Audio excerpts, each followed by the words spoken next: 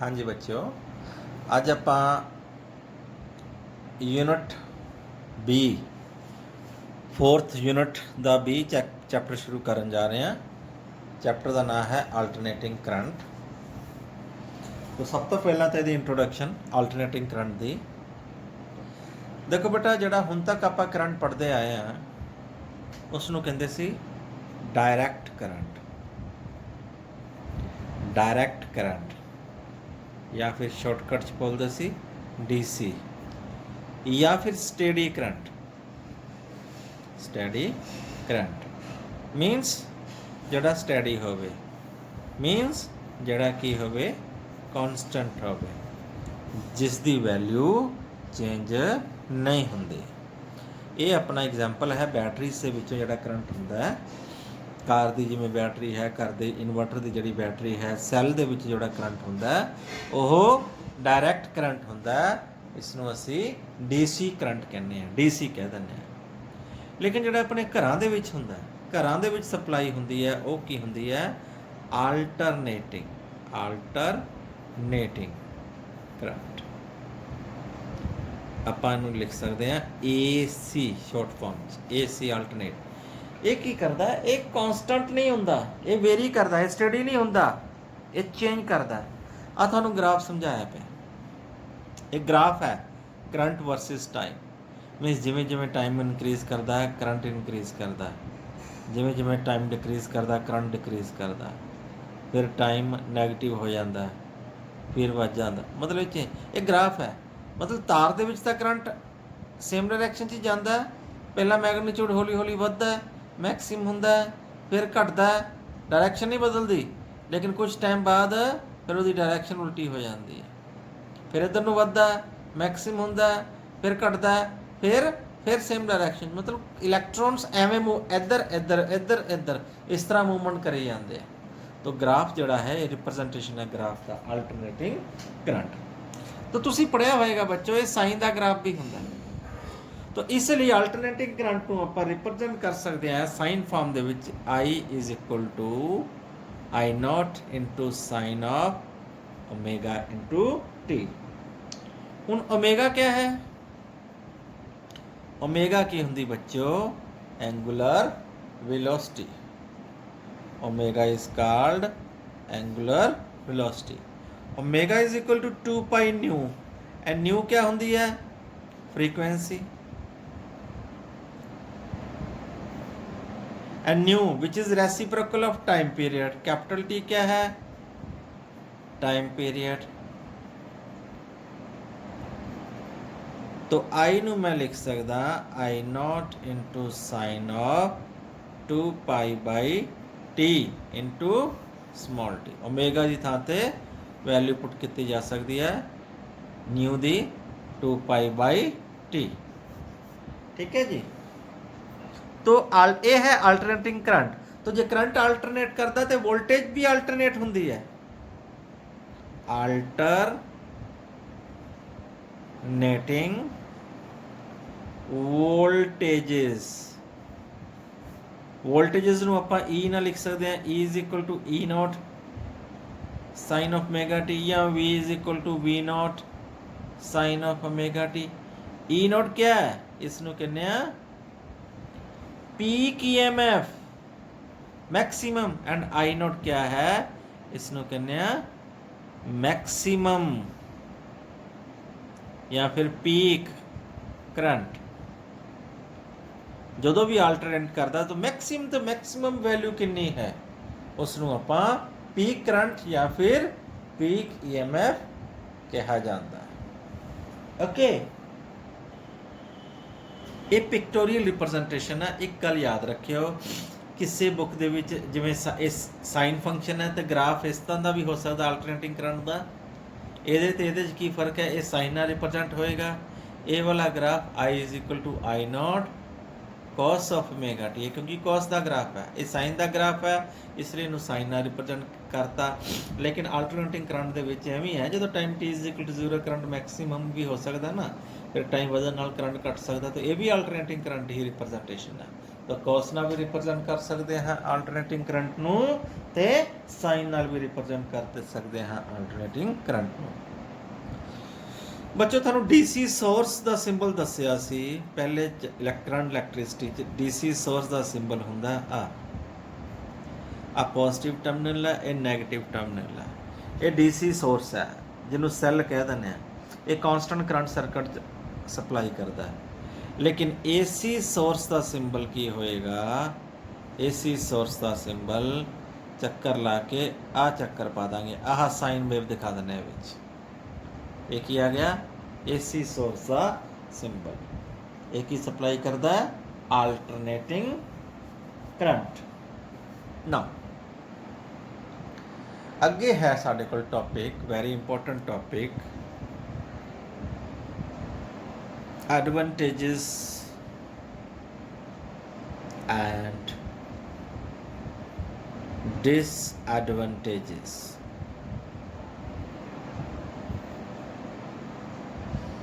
of AC।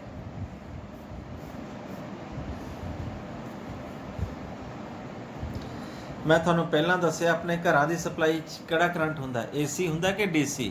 ਤਾਂ answer ਕੀ ਦੇਣਾ ਤੁਸੀਂ? AC। ਆ ਹੈ ਇੱਕ ਸਾਈਕਲ, ਆ ਦੂਜਾ, ਆ ਤੀਜਾ, ਆ ਚੌਥਾ। ਤੇ ਘਰਾਂ ਦੇ ਵਿੱਚ ਜਿਹੜੀ AC ਸੋਰਸ ਹੁੰਦਾ ਉਹਦੀ ਫ੍ਰੀਕੁਐਂਸੀ ਕਿੰਨੀ ਹੁੰਦੀ ਹੈ? 50 ਹਰਟਜ਼। ਮੀਨਸ 1 ਸੈਕਿੰਡ ਦੇ ਵਿੱਚ 50 ਸਾਈਕਲ ਹੋ ਜਾਂਦੇ ਆ। ਇੱਕ ਹੋ ਗਿਆ, 2 3 4 5, ਇਸ ਤਰ੍ਹਾਂ 50 ਵਾਰ ਕਰੰਟ ਆਪਣਾ ਸਾਈਕਲ ਚੇਂਜ ਕਰਦਾ ਹੈ AC। ਕਿਉਂ? ਡਾਇਰੈਕਟ ਕਰੰਟ ਘਰਾਂ 'ਚ ਕਿਉਂ ਨਹੀਂ ਯੂਜ਼ ਕੀਤਾ ਜਾਂਦਾ? ਕੀ ਫਾਇਦੇ ਹੈ AC ਦੇ? ਬੜੀ ਇੰਪੋਰਟੈਂਟ ਗੱਲ ਹੈ, ਧਿਆਨ ਨਾਲ ਸੁਣਿਓ, ਠੀਕ ਹੈ, ਤੇ ਨੋਟ ਕਰਿਓ। ਸਭ ਤੋਂ ਪਹਿਲਾਂ ਤਾਂ ਐਡਵਾਂਟੇजेस। ਮੈਂ ਬੁੱਕ ਹੀ ਖੋਲਦਾ, ਬੁੱਕ ਤੁਹਾਡੇ ਸਾਹਮਣੇ, ਬੁੱਕ 'ਚ ਪੜ੍ਹ ਲੈਂਦੇ ਹਾਂ। ਹਾਂਜੀ, ਉਮੀਦ ਹੈ ਕਿ ਤੁਹਾਨੂੰ ਦੇਖ ਰਹੀ ਹੋਏਗੀ ਬੁੱਕ। ਹਾਂਜੀ, ਸਭ ਤੋਂ ਪਹਿਲਾਂ ਐਡਵਾਂਟੇजेस ਕੀ ਦਿਖਾਇਆ? Generation, transmission and distribution. ਤਾਂ ਕਰੰਟ ਦੇ ਵਿੱਚ ਜਦੋਂ ਵੀ ਇਹ 3 ਸਟੈਪਸ ਹੁੰਦੇ ਨੇ, ਜਨਰੇਟ ਕਰਨਾ, ਜਨਰੇਸ਼ਨ ਕਰਨ ਤੋਂ ਬਾਅਦ ਫਿਰ ਉਹਨੂੰ ਟਰਾਂਸਮਿਟ ਕਰਨਾ। ਟਰਾਂਸਮਿਟ ਮਤਲਬ ਇੱਕ ਥਾਂ ਤੋਂ ਦੂਜੇ ਥਾਂ ਤੇ ਲੈ ਕੇ ਜਾਣਾ। ਜਨਰੇਸ਼ਨ ਦਾ ਮਤਲਬ ਪੈਦਾ ਕਰਨਾ, ਟਰਾਂਸਮਿਟ ਕਰਨ ਦਾ ਮਤਲਬ ਇੱਕ ਥਾਂ ਤੋਂ ਦੂਜੀ ਥਾਂ ਤੇ ਲੈ ਕੇ ਜਾਣਾ। ਫਿਰ ਲਾਸਟ ਸਟੈਪ ਆ ਗਿਆ ਡਿਸਟ੍ਰੀਬਿਊਸ਼ਨ, ਕਿ ਫਿਰ ਵੰਡਣਾ। AC ਇਜ਼ ਇਕਨੋਮਿਕਲ, ਮਤਲਬ ਸਭ ਤੋਂ ਚੀਪੈਸਟ ਹੈ AC। DC ਦੀ DC ਵੀ ਪੈਦਾ ਕਰ ਸਕਦੇ ਹਾਂ, ਲੇਕਿਨ DC ਦੀ ਜਿਹੜੀ ਜਨਰੇਸ਼ਨ ਟਰਾਂਸਮਿਸ਼ਨ ਹੈ ਕੋਸਟਲੀ ਹੈ। ਤਾਂ ਡਿਊ ਟੂ ਲੋ ਕਾਸਟ ਅਸੀਂ AC ਹੀ ਪੈਦਾ ਕਰਦੇ ਹਾਂ। ਵੈਸੇ ਤੁਹਾਨੂੰ ਜਾਣ ਕੇ ਹੈਰਾਨੀ ਹੋਏਗੀ, ਤੁਹਾਡੇ ਘਰਾਂ ਦੇ ਵਿੱਚ ਬਹੁਤ ਕੁਝ DC 'ਤੇ ਚੱਲਦਾ। ਤੁਹਾਡਾ ਫਰਿੱਜ DC 'ਤੇ ਚੱਲਦਾ, ਤੁਹਾਡੀ ਟਿਊਬ ਵੀ DC 'ਤੇ ਚੱਲ ਸਕਦੀ ਹੈ, ਪੱਖਾ ਵੀ DC 'ਤੇ ਚੱਲ ਸਕਦਾ, ਤੁਹਾਡੇ ਜਿਹੜੇ ਘਰੇ ਕੰਪਿਊਟਰ ਹੈ ਉਹ DC 'ਤੇ ਚੱਲਦਾ, ਤੁਹਾਡਾ ਲੈਪਟਾਪ ਹੈ ਉਹ DC 'ਤੇ ਚੱਲਦਾ, ਤੁਹਾਡੇ ਘਰੇ ਮਿਊਜ਼ਿਕ ਸਿਸਟਮ ਹੈ ਉਹ DC 'ਤੇ ਚੱਲਦਾ। ਤਾਂ DC 'ਤੇ ਚੱਲਣ ਵਾਲਾ ਬਹੁਤ ਇਕਵਿਪਮੈਂਟਸ ਨੇ, ਲੇਕਿਨ ਫਿਰ ਵੀ ਅਸੀਂ AC ਹੀ ਟਰਾਂਸਮਿਟ ਕਰਦੇ ਹਾਂ, ਘਰਾਂ 'ਚ AC ਹੀ ਯੂਜ਼ ਕਰਦੇ ਹਾਂ। ਉਹਦਾ ਕਿਉਂ? ਫਾਇਦੇ ਆ ਤਾਂ ਹੀ ਯੂਜ਼ ਕਰਦੇ ਹਾਂ। ਤਾਂ ਸਭ ਤੋਂ ਵੱਡਾ ਫਾਇਦਾ ਤੁਹਾਨੂੰ ਮੈਂ ਦੱਸਦਾ ਕਿ ਇਹਦੀ ਜਨਰੇਸ਼ਨ, ਇਹਦੀ ਪੈਦਾ ਸਸਤਾ ਹੈ, ਟਰਾਂਸਮਿਸ਼ਨ ਸਸਤੀ ਹੈ। ਜਿਹੜੀ ਚੀਜ਼ ਸਸਤੀ ਹੈ ਉਹੀ ਪੈਦਾ ਹੋਏਗੀ। Second, alternating voltage can be step down and step up easily. ਮਤਲਬ ਜਦੋਂ ਵੀ ਇਹ ਸਟੈਪ ਅਪ ਸਟੈਪ ਡਾਊਨ ਮਤਲਬ ਕੀ ਹੈ? ਜਦੋਂ ਵੀ AC ਵੋਲਟੇਜ ਵਧਾਉਣੀ ਹੈ ਘਟਾਉਣੀ ਹੈ, ਬੜੇ ਸੌਖੇ ਤਰੀਕੇ ਦੇ ਨਾਲ ਟਰਾਂਸਫਾਰਮਰ ਦੀ ਮਦਦ ਕੀਤੀ ਜਾਂਦੀ ਹੈ, ਠੀਕ ਹੈ। DC ਨੂੰ ਸਟੈਪ ਅਪ ਸਟੈਪ ਡਾਊਨ ਕਰਨਾ ਮੁਸ਼ਕਿਲ ਹੈ। ਤਾਂ ਸੈਕਿੰਡ ਫਾਇਦਾ ਆ ਗਿਆ। ਥਰਡ ਦੇਖੋ, ਥਰਡ ਹੈ AC travels on the surface of the conductor. ਇਹ ਮੈਂ ਤੁਹਾਨੂੰ ਦੱਸਣਾ ਚਾਹੁੰਦਾ। ਜਿਹੜਾ ਆਲਟਰਨੇਟਿੰਗ ਕਰੰਟ ਹੈ, ਸਪੋਜ਼ ਆ ਆਪਣੇ ਕੋਲ ਕੰਡਕਟਰ ਹੈ,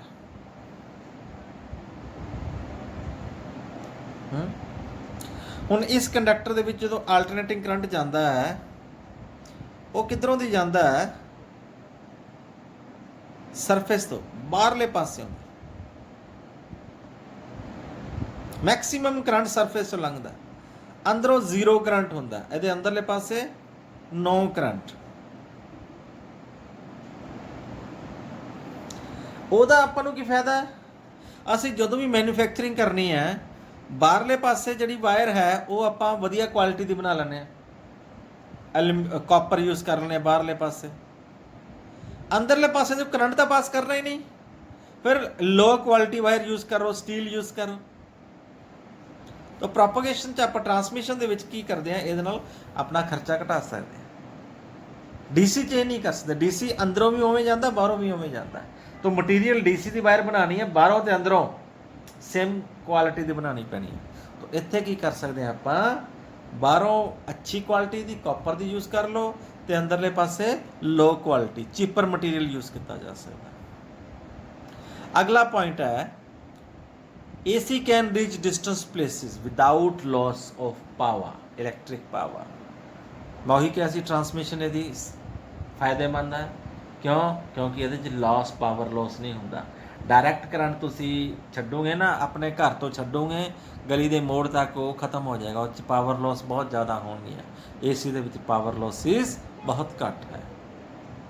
ਤਾਂ AC ਕਰੰਟ ਨੂੰ ਕੈਨ ਬੀ, ਫਿਫਥ ਪੁਆਇੰਟ ਹੈ AC voltages can be better controlled with the help of choke coil. AC current ਨੂੰ ਅਸੀਂ ਚੌਕ ਕੋਇਲ ਦੀ ਮਦਦ ਦੇ ਨਾਲ ਬਹੁਤ ਵਧੀਆ ਕੰਟਰੋਲ ਕਰ ਸਕਦੇ ਹਾਂ।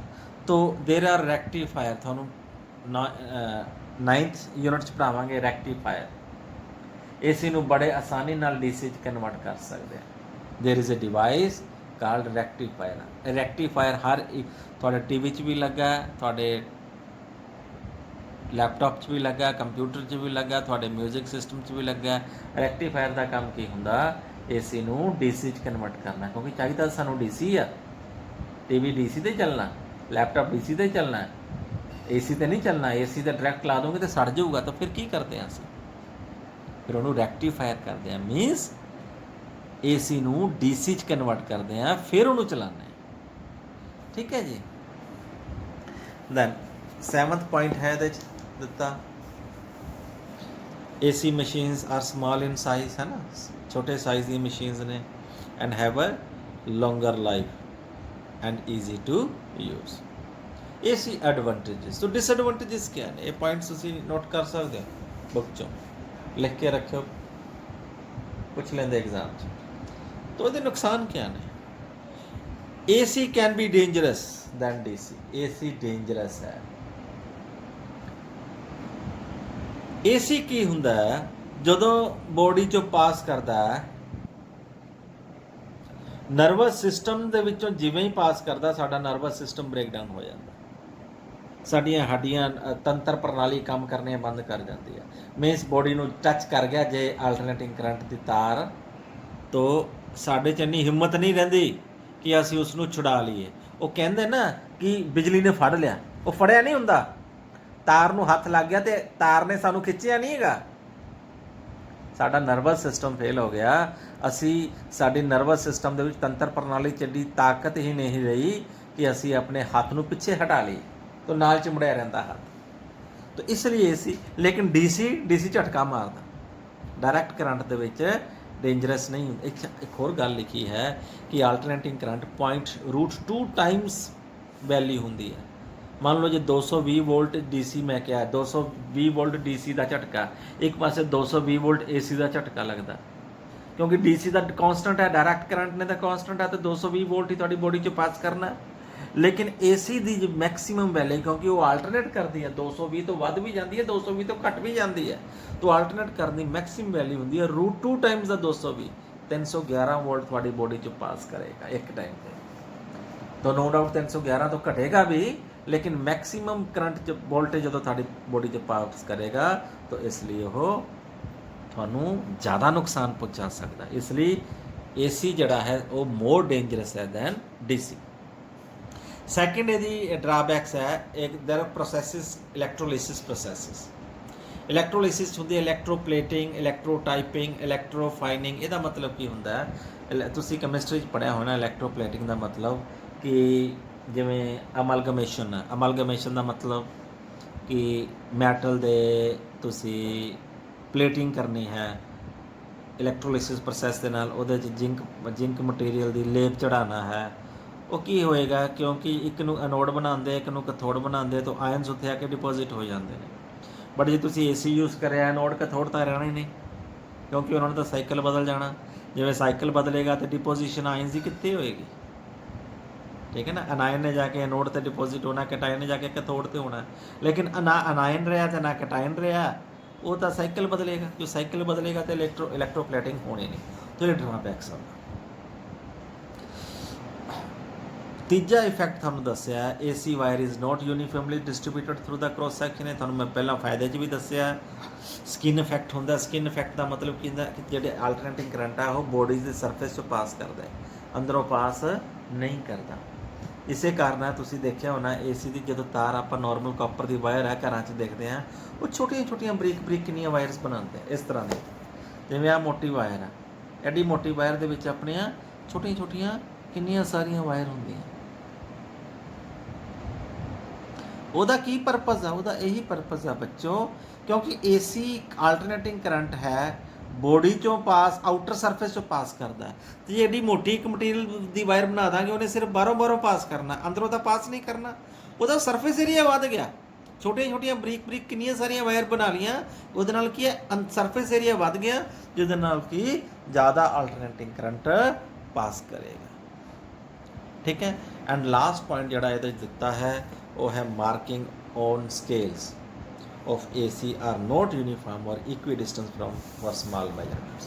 मतलब कि जो तुसी अल्टरनेटिंग करंट का वो देखोगे ना, स्केल देखोगे, और स्केल दे विच क्या हुंदा है, जिवें 0 है, आ 1 है, आ 2 है, इहदी स्केलिंग यूनीफॉर्मिटी नहीं होंदी। ठीक है, ये किते फिर ये ड्राबैक्स दे विच आ गए।